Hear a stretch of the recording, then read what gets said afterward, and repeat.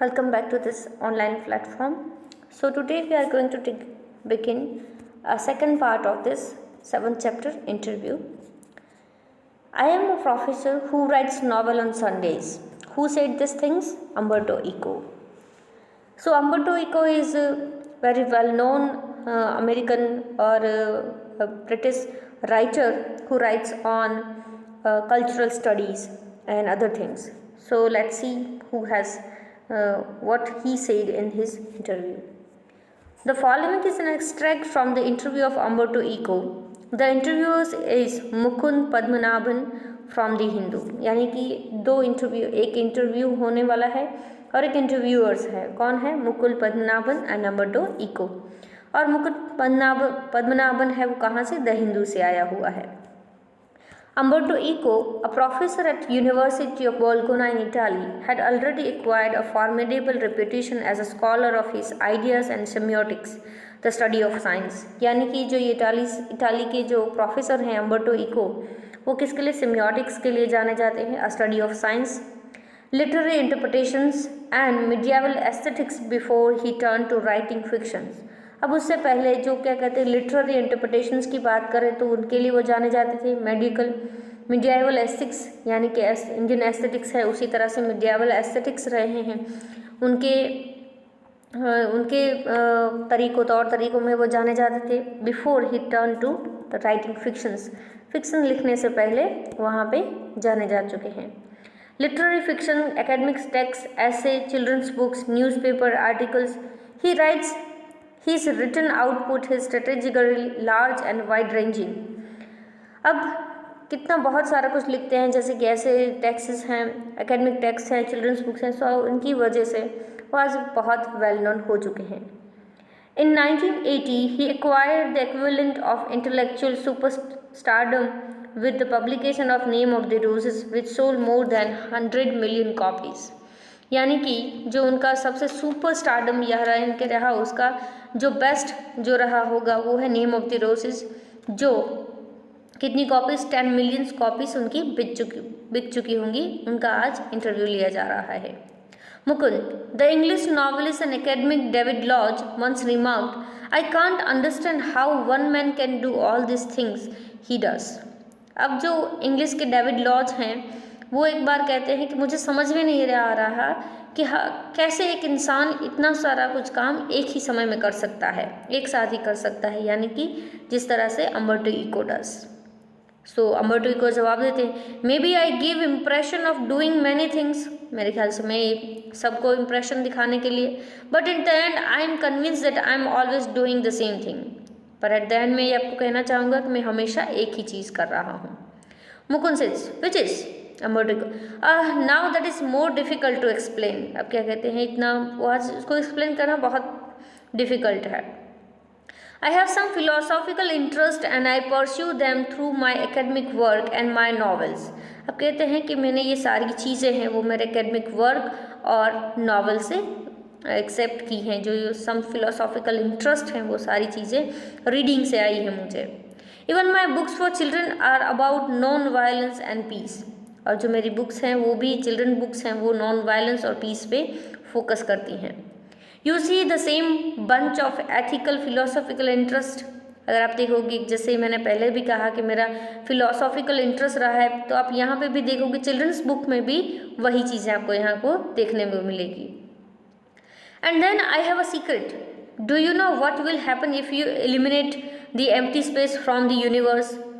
अब आपको पता है मेरे पास सीक्रेट है. अगर तुम यूनिवर्स से ये ब्लैक होल है जो एम्प्टी स्पेस है उसको निकाल दोगे तो क्या होगा? Eliminate the empty space in all the atoms.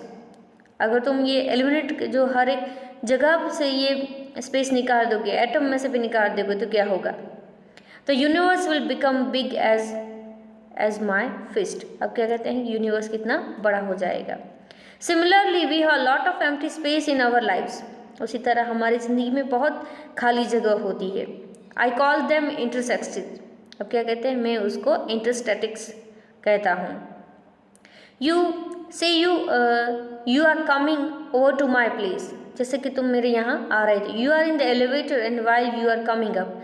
जब तुम एलिवेटर में थे और तुम यहाँ पे आए थे, I am waiting for you, और मैं यहाँ तुम्हारे लिए वेट कर रहा था। This is an interstices. अब क्या कहते हैं उसको, क्या कहते हैं, एम्प्टी स्पेस कहते हैं। I work in empty space, और मैं वहाँ पे जो खाली जगह में थी, वेट करने की जो जगह होती है, while waiting for your elevator to come up from first to the third floor, I have already written an article. हा हा हा। ऐसे कहते हैं कि तुम जब एलिवेटर से ऊपर फर्स्ट फ्लोर से थर्ड फ्लोर तक आ रहे थे, उतनी जगह में मैंने क्या एक आर्टिकल लिख लिया, और ऐसे कह के हंसते लगते हैं। Not everyone can do that of course. और मुकुंद कहते हैं हाँ ऐसा सही है कि हर लोग ऐसा नहीं कर पाते हैं। Your non-fictional writing, your scholarly work has a certain playful and personal quality about it. अब कहते हैं कि जो आपके नॉन फिक्शनल वर्क हैं, यानी कि सेमियोटिक्स हैं, एसेज हैं, वो सारे क्या कहते हैं कि उसमें जो क्वालिटीज़ हैं और सर्टन प्लेफुल थिंग्स हैं, वो आपको यहाँ पे देखने को मिलती है। It is a marked departure from a regular academic style which is invariably depersonalized and often dry and boring. Have you consciously adopted an informal approach, or it is something that just came naturally to you? अब यहाँ पूछते हैं कि कुछ ऐसी चीज़ इन्वेरिएबल होती हो और कुछ ऐसे साइंटिफिक यहाँ पर दिखाई कि आपके अंदर वो कॉन्शियसली थी या आपने उसको कहीं से एडॉप्ट की है, या आपको आपके अंदर ऐसे नेचुरली बाय बॉर्न ही है। वो कहते हैं when I presented my first doctoral dissertation in Italy, one of my professors said, scholars learn a lot of a certain subject.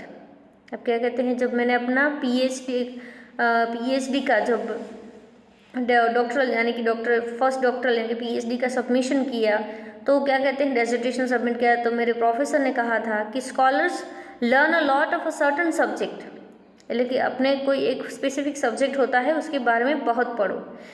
Then they make a lot of false hypothesis. अब क्या कहते हैं उसके बाद आप उस सब्जेक्ट के बारे में बहुत सी धारणाएं बनाएंगे, वो भी कभी गलत होगी।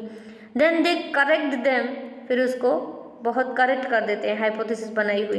And eight the and they put the conclusion, और उसमें लास्ट में क्या कहते हैं उसका हाइपोथेसिस को करेक्ट करके उसको कंक्लूजन में कह देते हैं। You on the contrary told the story of your research. तुमने क्या किया, तुमने अपने रिसर्च की स्टोरी बताई, even including your trials and errors. तुमने क्या किया, उसकी जो तुम्हारी कोशिशें थी और उसमें तुम निष्फल गए, वो सारी चीज़ें यहाँ बताई।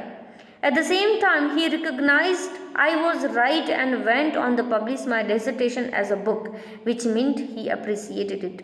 अब ऐसा कहते ही मुझे समझ में आ गया था उसी वक्त कि मेरा जो डेसर्टेशन है उसको ऐसे बुक के बारे में पब्लिश किया जाएगा, और उन्होंने बहुत अप्रिशिएट भी किया। At that point, at the age of 22, I understood scholarly book should be written the way I had done. अब 22 साल की उम्र में मुझे पता चल चुका था कि बस बुक्स हैं वो किस तरह से लिखी जाती हैं, यानी कि जिस तरह से मैंने अपना डेसर्टेशन किया। By telling the story of the research, this is the way my essays always have narrative aspect, और इसकी वजह से मेरे पूरे ऐसे में आपको नरेटिव एस्पेक्ट दिखेगा। And this is why probably I started writing narratives novel so late at the age of 50 more or less. अब क्या कहते हैं कि जो मैंने बहुत ही, और प्रॉबेबली उसकी वजह से मैंने नरेटिव स्टार्ट किया यानी कि नॉवल स्टार्ट की, वो भी बहुत late at the age of 50। I remember that my dear friend Ronald Barthes was always frustrated that he was an essayist and not a novelist. और मेरे एक फ्रेंड हैं रोनाल्ड बार्थेस, वो कहते हैं कि वो उनको एसेइस्ट नहीं बनना था, उसको नॉवेलिस्ट बनना था, फिर भी फ्रस्ट्रेटेड थे उसको नॉवेलिस्ट पर, फिर वो एक ऐसे ही बन के रहे। He wanted to do creative writing one day or another, but he died before he could do so.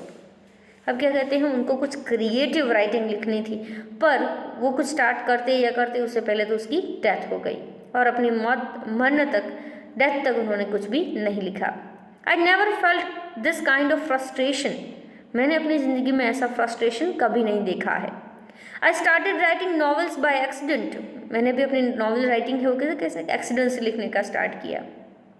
I had nothing to do one day, and so I started. Novels probably satisfied my taste for narration. और कहते हैं मैंने भी accidentally start किया, एक दिन मेरे पास कुछ नहीं था करने का तो मैंने स्टार्ट किया, और प्रॉबेबली वो नॉवेल ही थी जिसने मेरा ये नरेटिव का नरेशन का जो सेटिस्फेक्शन है, तो उसने मुझे जो नरेशन का टेस्ट करवाना था, वो जो मुझे चाहिए था, वो उसी तरह से सेटिस्फाइड हुआ। Mukund, talking about novels, from being a famous academic you went on the becoming spectacularly famous after the publication of Name of the Roses. You have written 5 novels against many more scholarly works of non-fiction, at least more than 20 of them. अभी वो बात करते हैं, देखते हैं कि आपने एक नॉन फिक्शनल राइटर होते हुए भी आपने एक बिगनिंग की नेम ऑफ द रोजेस, और उसकी आई थिंक बहुत सारे वर्क थे उसके आपने उसके अगेंस्ट में भी लिखा है, more than 20 of them, over 40, अब कहते हैं कि 40, over 40 among them a seminal piece of work on semiotics. But ask most people about Umberto Eco and they will say, oh, he is a novelist. Does that bother you? अब कहते हैं कि आपने जो सेमियोटिक्स है, non fiction की बात की जाए, कि आपने बहुत सारा वर्क किया है स्टडी ऑफ साइन में, फिर भी आज आपको 40 वर्क, आपने बोला कि 40 बुक्स आपने लिखी, फिर भी आज आपके बारे में बात की जाए तो आपके बारे में कहते हैं कि ही इज़ ए नॉवेलिस्ट, कि आपको वो बोधर नहीं करता, आपको परेशान नहीं करता। Umberto Eco, yes, because I considered myself a university professor who writes novels on Sunday. हाँ करता है, पर क्या करूँ, मैंने खुद ने ही अपने आप को ही कंसिडर्स किया है कि मैं एक यूनिवर्सिटी का प्रोफेसर हूँ और मैं संडे को ही नॉवेल्स लिखता हूँ। It's not a joke, I participate in academic conferences and not meetings of PEN clubs and writers. हाँ, ये जोक नहीं है, क्योंकि मैं कॉन्फ्रेंसेस में पार्टिसिपेट करता हूँ, ना कि pan clubs and writers. I identify my self with the academic community, और मैं अपने आप को एकेडमिक कम्युनिटी के साथ ही जोड़ता हूँ। But okay, if the most people have read only the novels, I know that by writing novels I reach a larger audience. I cannot expect to have 1 million readers with stuff of semiotics.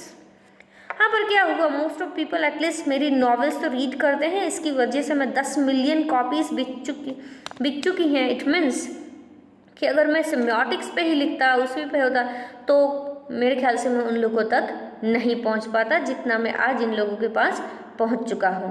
तो बस ये video हम यहीं तक ही रखते हैं, और बाकी हम देखेंगे कि क्या कौन से क्वेश्चंस, जो नेक्स्ट क्वेश्चंस जो मुकुंद क्या करने वाले हैं, वो हम नेक्स्ट वीडियो में देखेंगे। Thank you.